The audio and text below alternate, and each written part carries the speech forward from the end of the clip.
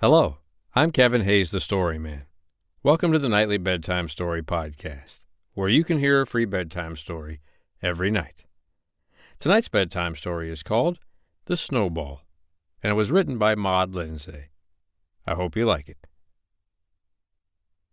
The Snowball, written by Maud Lindsay. Once upon a time, when all the ground was white with snow and all the roofs were trimmed with icicles, a little boy went out into the world to make snowballs.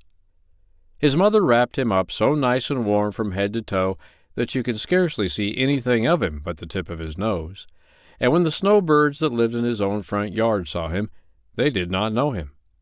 They flew away to the top of the fence, and cocked their heads first on one side and then on the other, as if they were thinking, "Who can this be?" But by and by they found out. "Chirp, chirp," they said to each other. "It is only the boy who throws us crumbs from the window." And they flew down into the yard again to watch him make snowballs.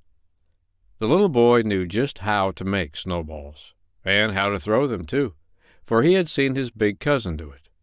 First he took a handful of snow, and then he packed it in his hands like this, and then, hurrah, he threw it as far as he could send it. One of his snowballs went into the corner of the yard, and one against a tree, and one all the way over the fence into the street. It was great fun to play in the snow, and the little boy was sorry when the maid called from the house to tell him it was time to come in. "As soon as I make one more," he answered. And he took a great handful of snow, and made such a big snowball that he thought he must take it into the house to show to his mother. Now the little boy's mother had gone to market while he was playing in the snow, but he took the snowball into her room and put it on the hearth so that she might see it when she came home.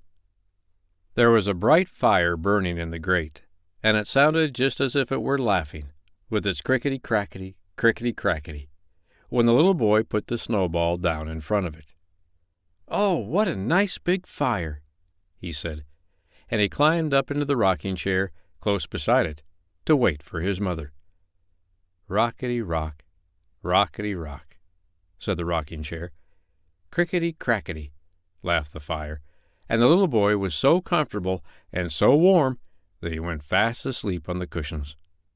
When he waked up, his mother was still away at the market, and the fire was still laughing, louder than ever. Crickety-crackety, crickety-crackety. But when he looked on the hearth for his snowball, it was gone.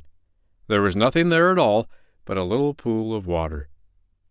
The little boy looked under the chair, and under the bed, and under the dresser, behind the door, and in all the corners, upstairs and downstairs, high and low, but he could not find the snowball anywhere. And what do you think had become of it? The little boy's mother guessed as soon as she came home, and if you will ask your mother, I am sure she will tell you. The end. I hope you liked tonight's bedtime story, The Snowball, written by Maud Lindsay. Well, where do you suppose that snowball went? I bet you know.